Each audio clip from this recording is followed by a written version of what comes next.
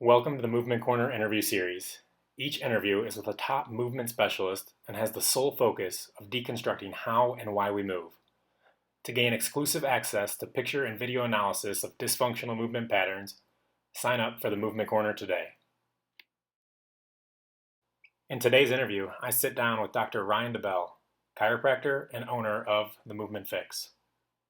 Welcome to the Movement Corner, Ryan DeBell, Dr. Ryan DeBell, who is a chiropractor, and he also goes around the country interviewing or performing workshops, educating the consumer on how to move better. Thank you for having us. Thank you for joining me today. Yeah, thanks for having me on. Absolutely. So a little bit about myself. I'm a chiropractor. I guess you could call me like a sports chiropractor, but sort of atypical in terms of how I practice. Although I probably practice in the way that most people coming out of school are trying to practice, in terms of taking more of a movement-based approach versus just a standard joint manipulation approach. I went to the University of Western States in Portland, Oregon. And before I did that, I went to business school at the University of Washington, where I actually majored in the management of information systems and technology.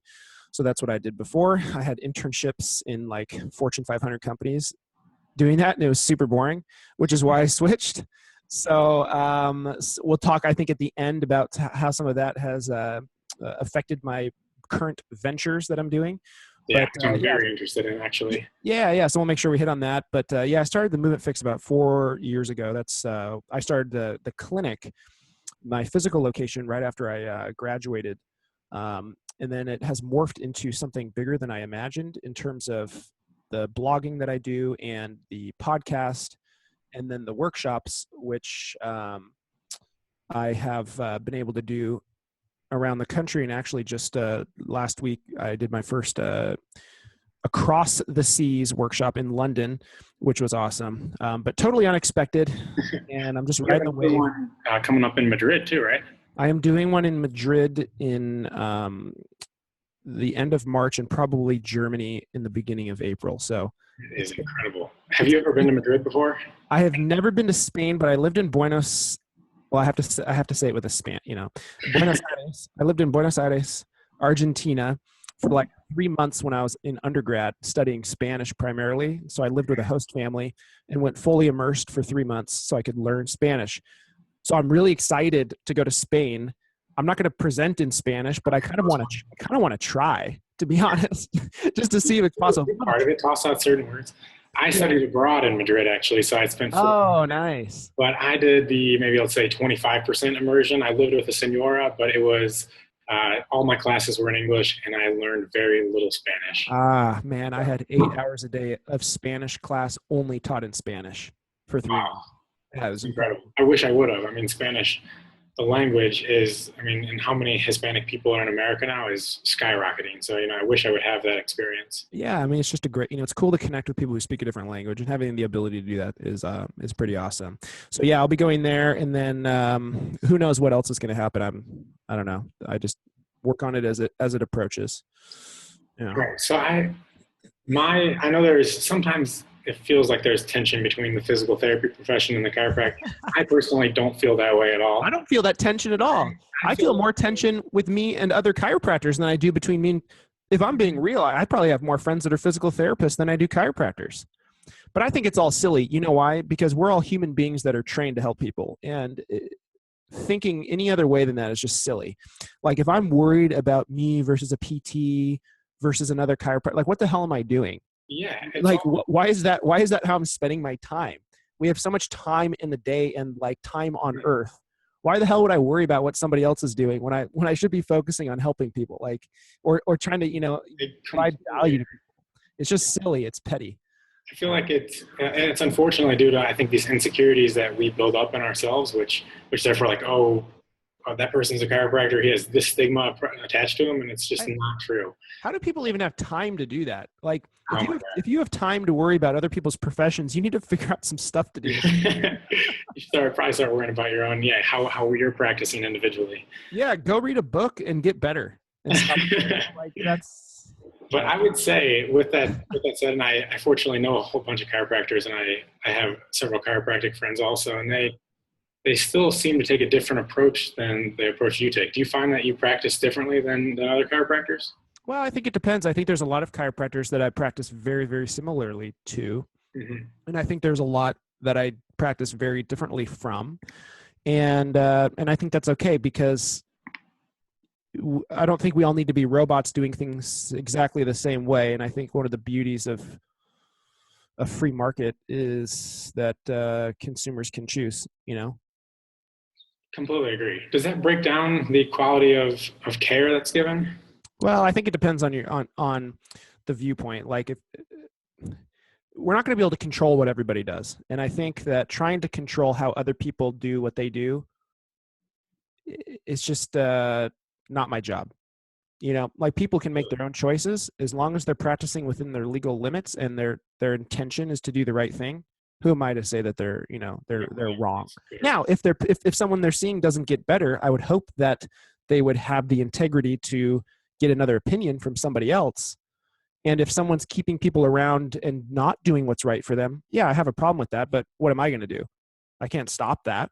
Mm-hmm. I can only go and, try to educate people and help in the way that I can. So I don't know that it degrades, but I think people are really trying to do the right thing. I think providers are really trying to do the right thing. And of course there's bad apples, but there's bad apples in every profession and every area of the world. So I like to think that people have good intentions. I would completely agree. So. Yeah, and it's like no one's trying to harm the patient. They might not be doing everything they can to advance their own education on the side, but no one's out there with evil intentions. Yeah. And I think, like, we kind of think that, like, oh, there's this like hidden group of people that are out there doing, like, destroying people. But I bet if you went and met that person and talked with them, you'd probably be like, oh, this person's like, they are actually better than I would have imagined in, like, this little picture I built in my mind of who that person is. You know what I mean? Yeah. Because nobody's out there. No one goes into this field, PT or chiro or healthcare to, like, mess people up. For sure. And we're all just a collection of what we've learned in the past and our own experiences. So have you ever read the blog? Hold on, I'm trying to move this light. Oh, no worries. Have you ever read the blog Wait But Why? No, I have not. It's like, yeah, you got to read the blog Wait But Why. It's oh gosh, what's the guy's name? I'm blanking on it. But there's this we should put this, like, in the show notes. There's an article on there about higher level thinking and how essentially, like, if you really think about it, we're all just like a collection of atoms that are, like, somehow interacting with each other. Like, when you think about it on, like, a different level, it's sort of like these things become very ridiculous. Completely. And I also, and taking this back into the movement thing, I think all of our movement patterns and how and why we move are also just like a collection of the movements that we've done before that. So it's our brain and our movement patterns are essentially a combination of everything that we've done up until that point. Yeah, I mean, it all gets ingrained in there. I mean, yeah, we're kind of getting a little bit sidetracked. Oh, that's all right. That's okay. Let's bring it back in a little bit. My fault. So somehow, not at all. But and actually, I think we'll have to chat even more after this, because sure. What you're talking about with at the beginning with your daily domination, and then for why we have several key points that I think we can connect on. So. Absolutely. All right. One of the first things I want to ask you, since starting the Movement Fix, and then you've since done workshops all around the country, what is the biggest lesson that you've learned about movement and or educating the consumer regarding movement? We need, as professionals, to dial back the complexity so that people understand what the hell we're saying. Yes. When you go through a professional program, you are so educated on anatomy and movement and health that we get sucked into this little world of, like, these fine, really complex details. And people who aren't trained, they don't necessarily think the same way.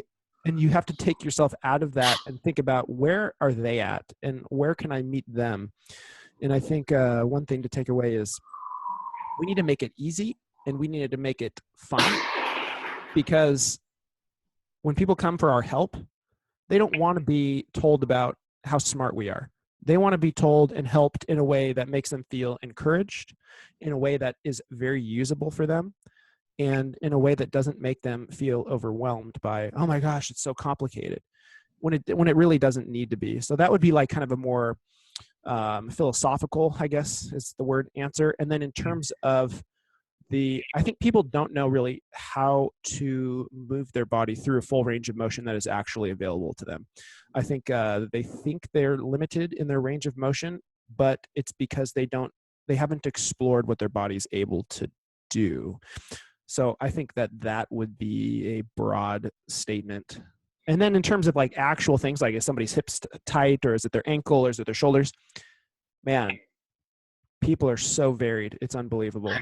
There's just no way to make a statement like, oh, everybody's ankles are tight, because for everyone who has 1 inch of ankle dorsiflexion on like an ankle dorsiflexion test, I'll find someone with like 7 inches, which is incredible, because not everybody would then need to be stretching their ankles, because some people have so much. It would be a waste of their time. They don't need to be spending time there.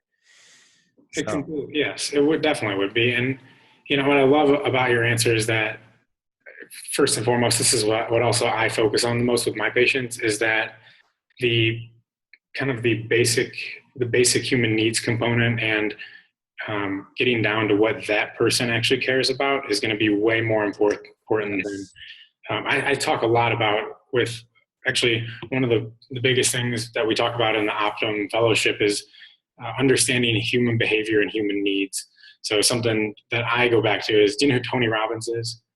Of course. Oh man, I'm a big fan of Tony Robbins also, but he talks about 6 basic human needs, and I am always trying to relate those basic needs that he talks about. So the need for, let's say like love or affection or certainty and uncertainty, and relate back to that certain person. So I can get down to what their actual movement impairment or whatever pain they're having is. Because if I don't make that connection, then we're not going to get that person better. Well, it's like, okay, when a person comes to see you, are they like, oh, I want the person who knows all these techniques and da da da da? Are they like, I want the person who can make my arm feel good so I can go do whatever I want to be doing?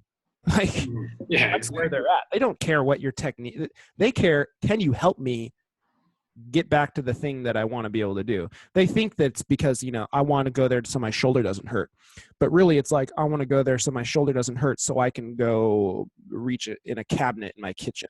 Yes. What's the function? What's the thing they can't be doing in their life that they want to be doing? Is it just the suffering? Or is it because they can't go play with their kids on the floor because their back hurts? And so do they care like that you have the fanciest technique, or do they care, hey, you know what? It sucks that you can't play with your kids. I really want to help you be able to do that because I know that's important to you. Like, which one's going to be better for them, Clearly the thing that brings them back to function. Yeah, exactly. Mm-hmm. So I know you said a second ago that everyone has different impairments or different ways they compensate for certain stuff. And actually, I think, how do you, when you're looking at a movement assessment, do you use, for example, I use a lot of Shirley Sarman stuff, or I'm trained in the selective functional movement assessment. Mm-hmm. What sort of assessments do you use when you're looking at movement dysfunction and trying to decide where a problem's coming from? Yeah, it's hard. I'll give a little brief story and then I'll answer your question. So there was a guy who came to see me 2 weeks ago who was having exertion headaches. So whenever he would work out, he would get terrible headaches. And he's a guy, he does CrossFit. He'd been doing CrossFit for like 3 years, never had these before. It started 2 weeks previously. So I could have gone down the route of like, okay, let me go do a really complex movement assessment and figure out, which joint isn't moving, blah, blah, blah, blah, blah. And I was like, man, that just doesn't make sense. So it took me 30 minutes of interviewing with him to figure out why it was happening. And it came down to, and maybe this will sound ridiculous, but he had 2 pillows he was usually sleeping with for the last several years. A harder pillow on the bottom, which was like one of those hard Tempur-Pedic pillows, mm-hmm. and then a softer pillow on top, okay? And he said for some reason, he was like, I don't know. Because I asked him, did anything change with your sleep? Did anything change like that? And he was like, well, about 2 weeks ago, I put the harder pillow on top of the softer pillow for no reason. Now, it had also been extremely cold here. And those Tempur-Pedic pillows, when they're cold, they are rock hard. Mm-hmm. And so I said, look, man, here's what we're going to do. Switch your pillows back. I don't want to change anything else. Come back in a week. Then let me know. So he came back and he was like, I literally have worked out extremely hard and I have not had one more of those headaches. So the reason I say that is not because, look how cool Ryan is. It's because there wasn't the movement assessment that I needed to do. Mm-hmm. It wasn't, so we get environmental. I mean, right, exactly. We can't neglect I have to go do this huge assessment and we miss the obvious things. Mm-hmm. So I have to say that before I talk about movement assessment so that we don't miss the obvious things like that. I mean, maybe it isn't obvious, but that we don't miss things that don't have to do with a movement assessment, because I think that's also important. But that comes right back to when we talked about exactly what we talked about at the beginning with understanding, meeting that patient where they're at and actually understanding their lifestyle. It's like we can make our own jobs way simpler by listening a little bit at the beginning. Right. I make less money because I probably would have seen them 30 times trying to figure out these headaches by doing some techniques on suboccipitals because I wasn't actually getting to the root of it. Second example, I was having pain on the front of my knee. This was 6 months ago. Mm-hmm. I was like, what the hell is going on that I'm having this pain on the front of my knee? And I was thinking about all the things that I was doing in the day. And every morning I would read, and this was a new thing I just started. I would read on my countertop, which is a bar height counter in my kitchen. And I was sitting on the stool and I realized I was jamming my kneecap into the wall underneath the bar. Do you know what I'm talking about? The counter? Yeah, I have what seems like the exact same setup. So yeah, and I was like, oh, maybe I just need to not jam my knee into the. But I would not think about it, So it wasn't like my knee wasn't moving right. It was I was jamming my knee into the wall. Mm-hmm. So yeah, exactly, it's just this external thing that you could have done a whole squat and movement analysis on yourself. Yeah, exactly. Been what? It must be this weird rotation thing. Yeah. Well, just think about the timing of when the symptoms came on. Think about, has anything changed? And you got to think, because nobody would think that right off the bat. Oh yeah, I've been jamming my knee under the. No, you got to be have you started doing anything different than what you would normally do? So take me throughout the whole day. Have you changed morning routines? Have you changed the way you sleep? Have you changed the way you eat? Have you changed when you go to the gym? Changed cars? Blah, blah, blah, blah, blah. So with that said, movement assessment wise, I have formally been trained in SFMA also, as well as the FMS. I've read and am familiar with Shirley Sarman's work. I actually had her on my podcast about 6 months ago. I don't know if you listened to that. I did not listen to that one. Yeah, but that was pretty cool. So, how did you get her on your podcast? You want to know the magic? Yeah. I emailed the general contact at WashU, which is where and I said, hey, I do a podcast. Is there any way Shirley Sarman could be a guest? And then she came on. So I know people think that it's some big crazy elaborate thing. She emailed me back in a day. It was oh yeah, that'd be cool. You know what?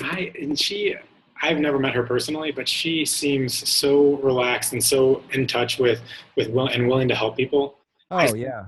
I have this bigger vision also of getting into school systems and starting to work with young children. So I reached out to Shirley saying, hey, how can we start changing people's movement patterns right away? And I sent her an email directly. Somehow I found her email address. And within 24 hours, she had responded. It was amazing. Yeah, she told me. It happened to everybody, but. Right, she told me she was retired, and she's like, yeah, I got, we can schedule whenever. So. That's fantastic. People are more accessible, I think, than we realize.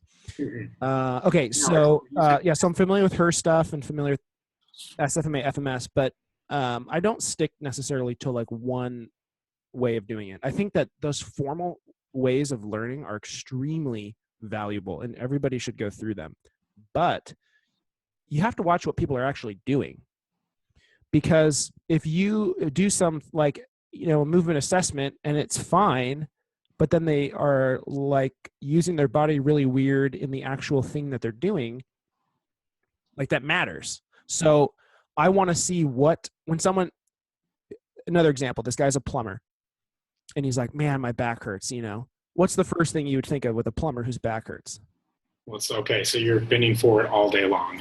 That's what I thought. Yeah. It turns out he's an industrial plumber, and industrial plumbers work in the ceiling on a ladder. So he had extension, right? So I was thinking he's bent forward, he's rounded, his butt crack is hanging out, a typical plumber thing, and he's twisted weird under a sink. No, he's standing on a ladder all day with both arms overhead, loading his back into extension.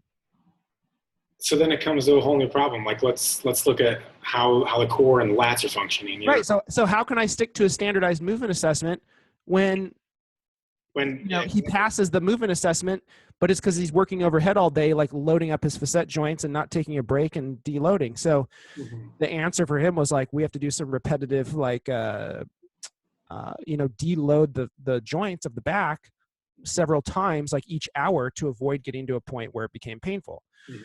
So it wasn't that he was moving bad. It was just like, how long can you stand working a ceiling before your back starts to hurt?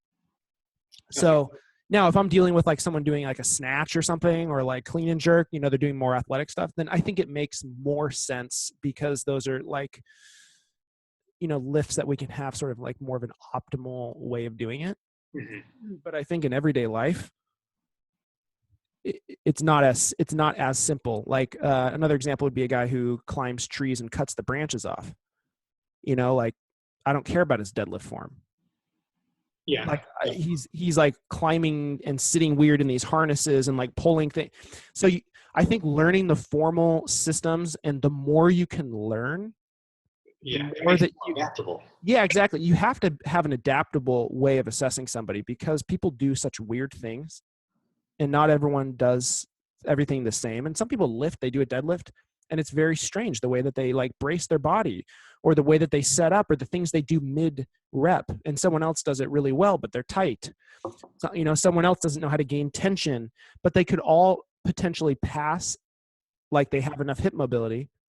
But then what are they doing with it once they're actually doing a task? So I think if you use what you learn from those formalized systems, and formalized systems are the best way of learning things. Without a formalized system, you'd have no way of learning it. It's too challenging. But once you have a formalized system and you've worked with a lot of people, you take that and apply it, and have an open mind to just observe what they're doing, and then use what you know to rein it back in. So that's how I would think about it. So I can't stick with one system, because definitely, and I don't think anybody who teaches one of those systems would say that. I hope they wouldn't. It's one piece of information.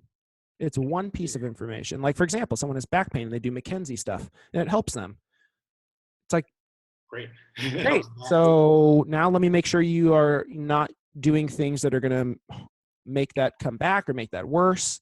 Maybe I will find things that are contributing factors by doing the movement assessment. But you have to have an open mind, and if we think inside the box only, you need to make your box bigger. You need to make your box contain the world.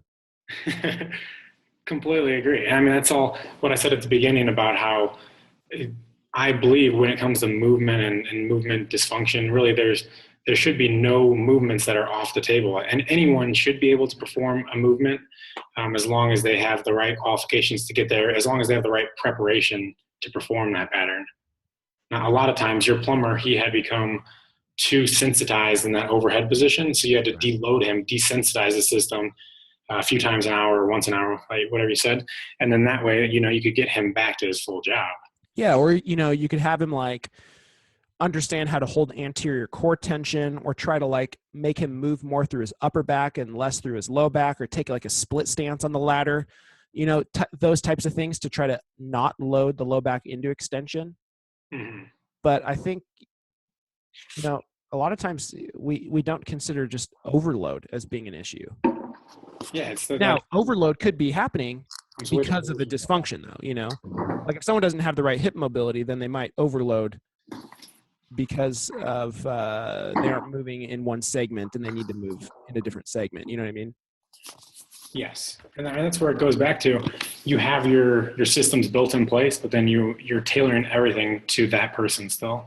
Exactly. Yeah. And I think that if you want to do a really good job, you have to learn as much as you can from as many people as possible to get other people's opinions, and just build your knowledge, expand your box. And I think the more that you do that, the less rigid in your thinking you become. Because what they taught us in physical therapy school, and I think PT school, is an incredible preparation to make you a general practitioner. But everything was learning how to identify impairments. And impairments are isolated joint by joint problems versus learning how to look at a whole movement pattern. That's where all of these assessments, instead of now looking at that's glute med weakness, let's think about something more global as why is that movement dysfunction happening? Are they not loading through that part of their spine properly? Maybe the hips truly are weak. Maybe it's more of a motor control problem. It's Sure. I mean, there's so many examples. The examples could go on for days. I'll give one more. This gal, chronic neck pain, very loose neck, like upon palpation. mm-hmm. And she was kind of like using her neck weird when she would do deadlifts and kettlebell swings and things. And so my initial thought was like, okay, just train a neutral neck in those lifts. There wasn't really a lot of change with that, though, less than I would have expected. So I asked her, and this is just because from having cases like this previously, I said, do you stretch your neck a lot? And she was like, oh, I constantly stretch my neck. And then I said, okay, keep doing neutral neck in your lifts because I think it's better, but we're not getting the change I would expect. So I need you to stop stretching your neck for 2 weeks. Okay. So I said, don't stretch your neck for 2 weeks. Come back and let me know how it goes. When you do feel the need to stretch your neck, think of it as an itch that you need to not scratch. So you need to go do something else to like not feel the need to scratch this itch. And that was what really helped her more than anything. It was much more than correcting her form. It was the fact that she was all day long like, it feels so tight. It feels so tight. And what I would say with that also is like that person probably, people that I find crack their own joints or stretch all the time, those are generally more hypermobile individuals. So it's like this hypermobile relatively, I'm saying they relatively have more mobility in certain areas it's not being counterbalanced appropriately by stability. So it's like you telling her not to stretch is finally like curbing her need for more mobility all the time. Yeah. And I think also like the wiring kind of gets crossed up a little bit in terms of like the stretch isn't good, but it feels good. Yes. And being able to identify like, okay, it feels tight, but it's because it's like irritated.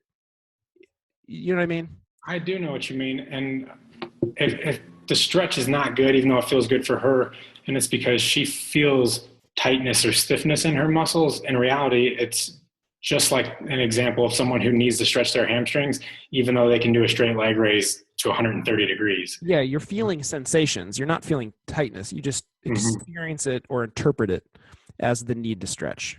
Yes, and in reality, that if you would do, fortunately, then we have those built-in systems to say, hey, this thing which feels this way is actually not the problem. Right. And then that's where those systems can then help you determine that, Absolutely. That's why it can't be used in just isolation.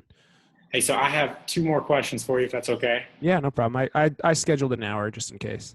Excellent. Thank you. Yeah.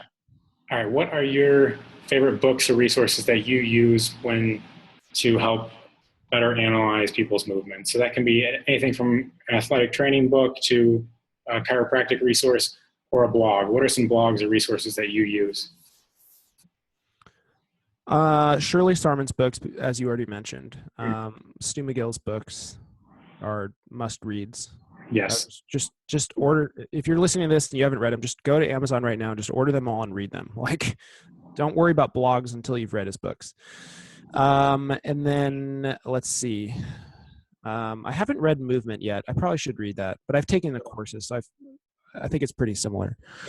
Yeah, for the most part. And what else? I read the book. All right, let's change gears just slightly. Those are two great ones that you talked about with PT. What's another book that you can use for personal organization, maybe like a self-help book that you recommend? Well, I think the Daily Domination Journal is the best, but because it's my book. Me and Anthony wrote that. But in terms of like, I think The Slight Edge.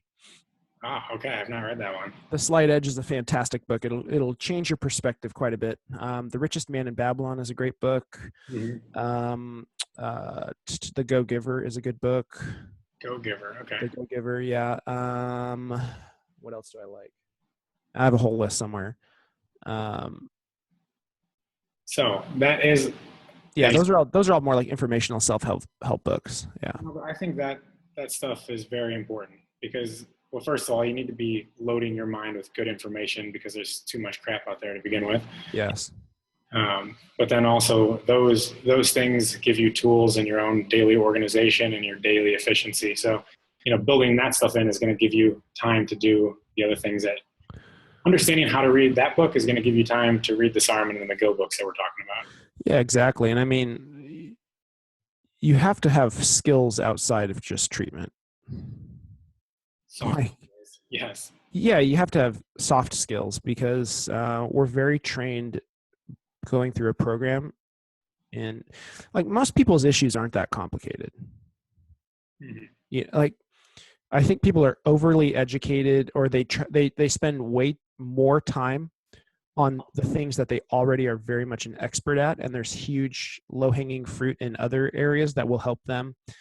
Maybe a little bit more indirectly, like you said, if you read these books on how to become more efficient or how to change your mindset, that'll allow you to have even more time to invest in your skill set.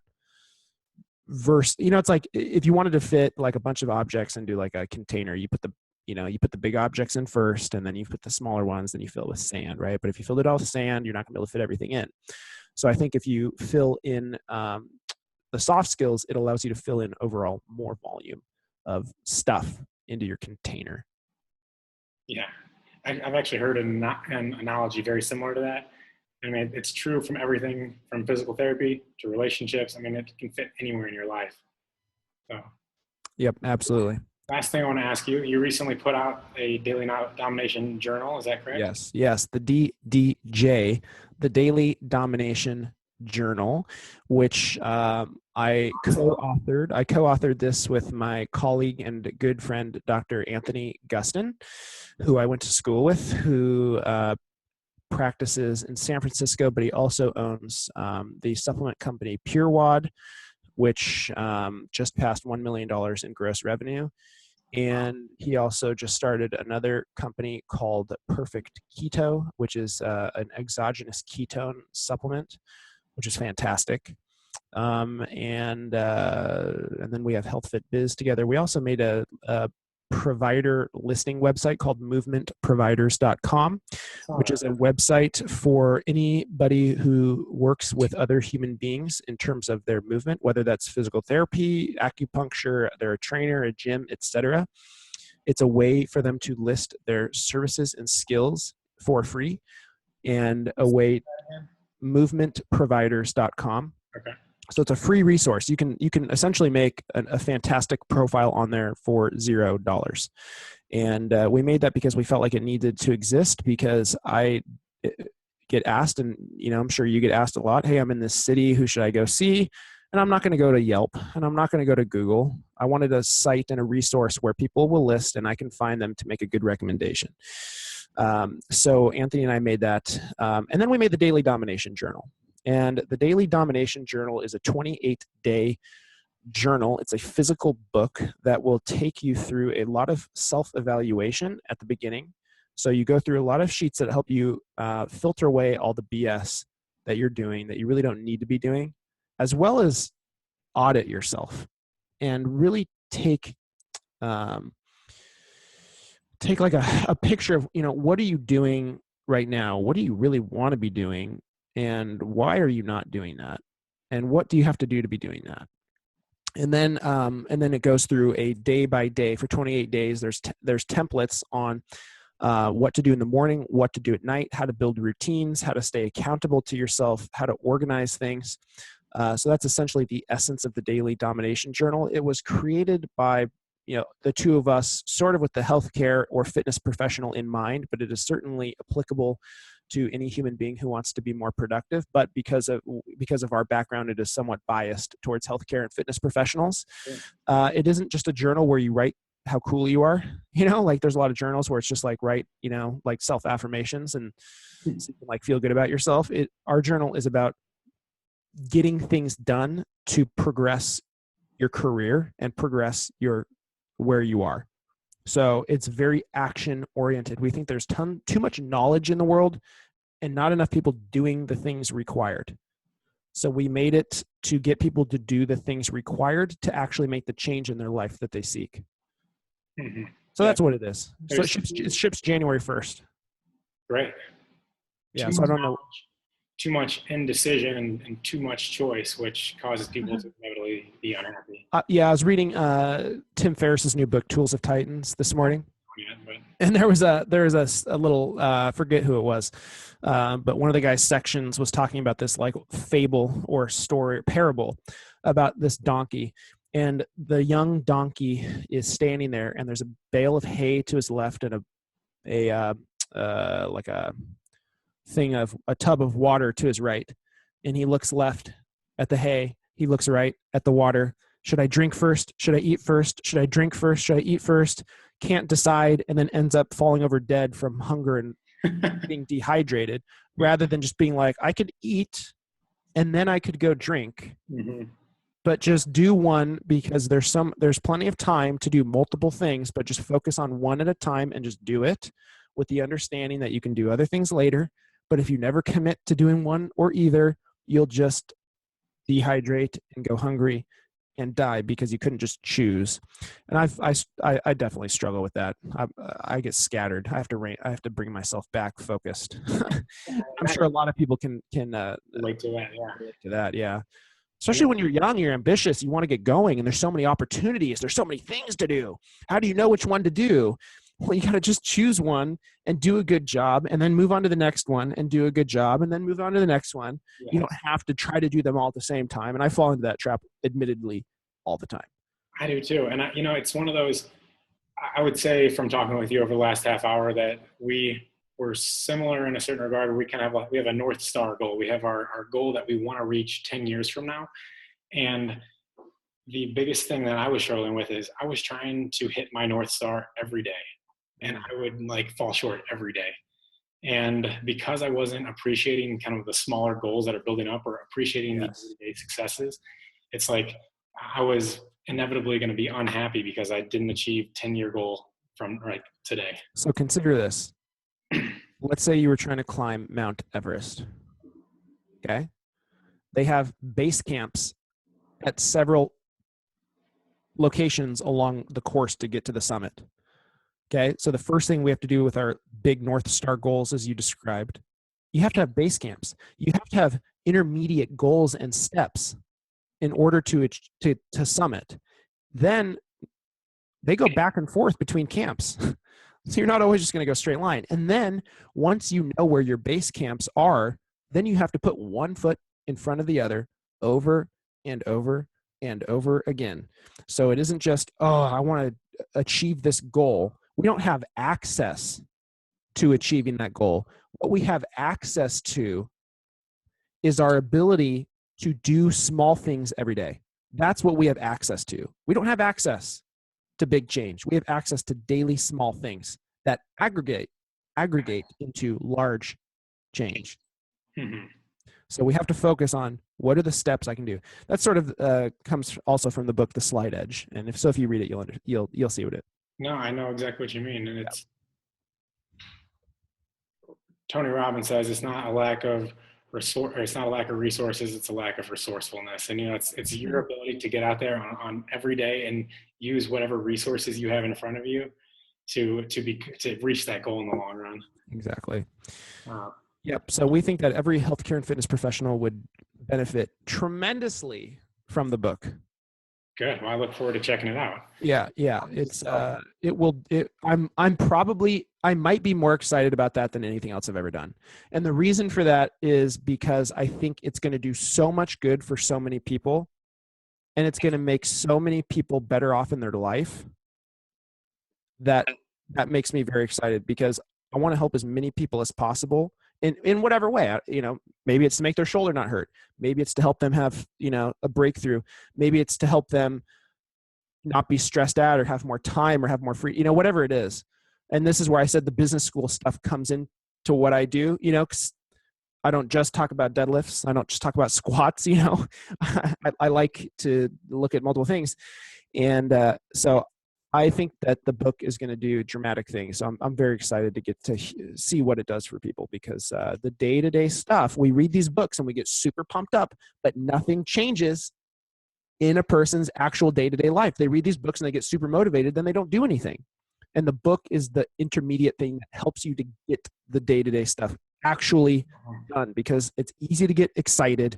It's much harder to put in the work each and every day. And you have to have a system and you have to be consistent. Otherwise, you're just spinning your wheels.